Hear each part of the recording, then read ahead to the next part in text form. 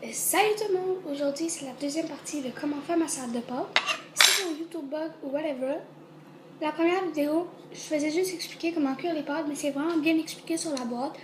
C'est des pâtes en boucle. Mais je crois que ça devrait bien aller, elle devrait être postée. Donc aujourd'hui, je vous montre qu'est-ce que je mets dedans. J'ai déjà prévu mon assiette avec environ un quart de tasse de concombre, un tiers de carottes et une demi-tasse de fromage. Vous n'êtes vraiment pas obligé de prendre ces quantités-là, mais c'est parce que j'aime moins les concombres que les carottes et plus le fromage que tout ça. Donc moi, j'ai mis beaucoup de fromage. Donc vous mettez tout ça dans votre plat. Là, je me rends compte que j'en ai vraiment pas fait assez parce que mon plat est vraiment plein de pâtes. Les légumes, je crois que je vais en avoir assez, mais le fromage, non.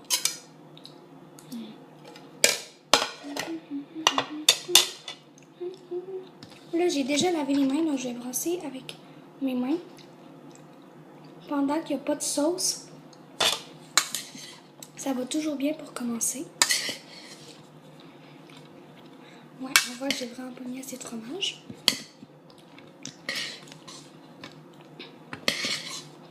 Les légumes, ça va, parce que j'en veux pas beaucoup de toute façon.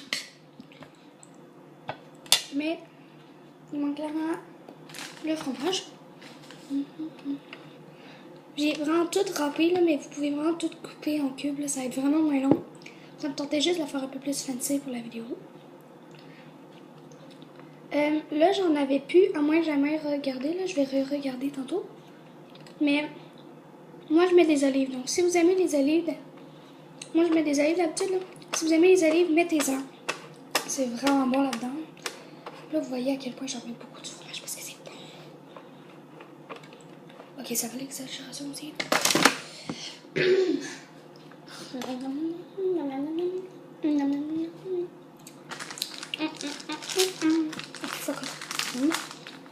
Donc, on brasse ça.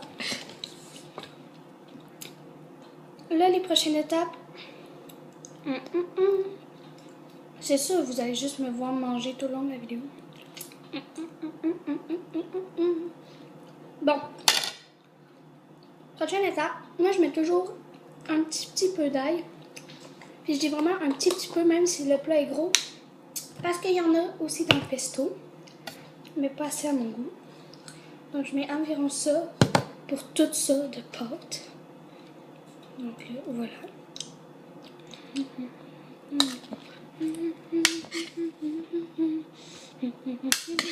Je passe mon téléphone, il sonne.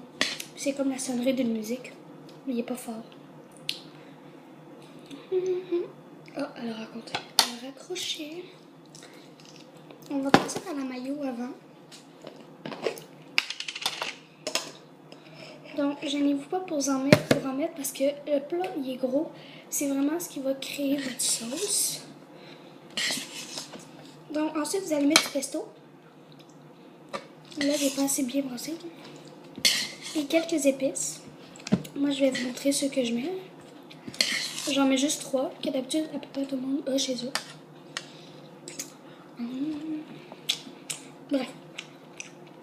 Ça devrait être correct. Je vais goûter tantôt. Je vais aller voir.